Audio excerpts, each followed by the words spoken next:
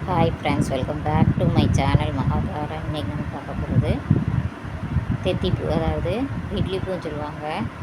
Light pink idli பூ. இதில் வந்து ஏகப்பட்ட பூக்கள் பூத்துருக்கு. ஒவ்வொரு கிளையிலுமே பூக்கள் நிறைய இருக்குது. இன்னும் மொட்டுகள் வேறு வச்சுக்கிட்டு வருது. பாருங்கள் ஃப்ரெண்ட்ஸ், எவ்வளோ அடர்த்தியாக இருக்குன்ட்டு. பூக்கள் ஒரு இதில் 50 பூக்களாவது இருக்கும் போல். இப்போ தான் அதுக்கு சீசனாக என்னவோ தெரியல. இப்போ தான் நிறைய பூக்கள் எடுத்து இது 2வது அறுவடை பூக்க ஆரம்பிச்சிருக்கு. இதுக்கு முன்னாடி வேறு இடத்துல வச்சுருந்தப்ப அவ்வளோவா பூக்கலை. இது வந்து டார்க் வைலட் கத்திரி. இந்த கத்திரி வந்து கொத்து கொத்தாக நிறைய காய்க்குது. நிறைய அறுவடைக்கு வந்திருக்கு.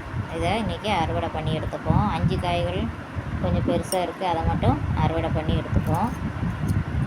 பாருங்கள், எவ்வளவு காய்கள் வந்து எவ்வளவு பெருசாக இருக்குது பாருங்கள். மொதல் அறுவடை இந்த செடியில் வந்து முதல் அறுவடை. அதே மாதிரி வெள்ளை கத்திரிக்காயும் அறுவடை பண்ண போகிறோம்.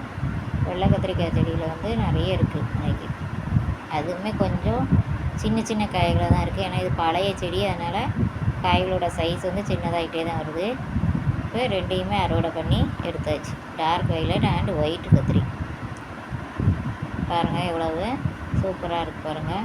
நல்லா காய்களுமே நல்லா பளபளப்பாக இருக்குது பாருங்கள். வைலட் கத்திரியை பாருங்கள் எவ்வளோ பளபளப்பாக இருக்குன்ட்டு. வீட்டிலையே அறுவடை செஞ்ச கத்திரிக்காய்கள். இது வந்து மல்லி செடி. மல்லி செடியில் வந்து இப்போவும் 1-2 பூக்கள் பூத்துட்டு தான் இருக்குது. இப்போ சீசன் இல்லைனாலும் பூத்துட்டு தான் இருக்குது. ஏகப்பட்ட கிளைகளும் வச்சுருக்கு. ஓரளவுக்கு பூக்களும் 5 பூக்களாக பூக்க ஆரம்பிக்குது. பார்ப்போம், இன்னும் மழை சீசன் வந்துட்டால் இது பூக்காது, அப்படியே ஸ்டாப் ஆயிரும். தளிர்கள் மட்டும் வந்துகிட்டே இருக்கும்.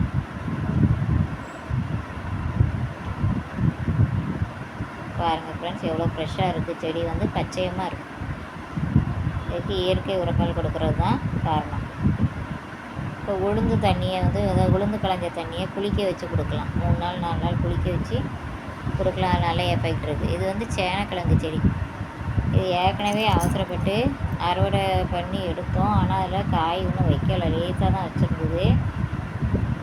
இப்போ திருப்பியும் அதை உள்ளே புதைச்சி வச்சது. இப்போ திருப்பியும் இது வந்திருக்கு, கிளைகள் வந்திருக்கு. உள்ளேருந்து ஒரு கிளை வந்திருக்கு. இனிமேல் தான் காய்கள் வைக்க ஆரம்பிக்கும் உள்ள சேனக்கிழங்கு செடி.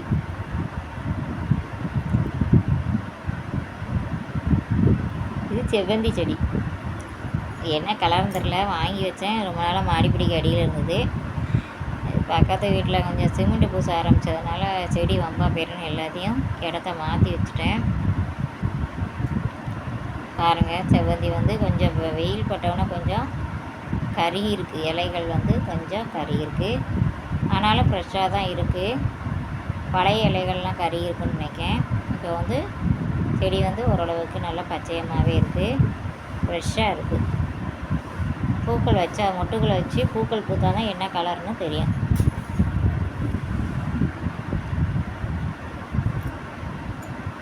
இது அவரைக்காய் செடி. இது கொடி மாதிரி மேலே தான் போகுது.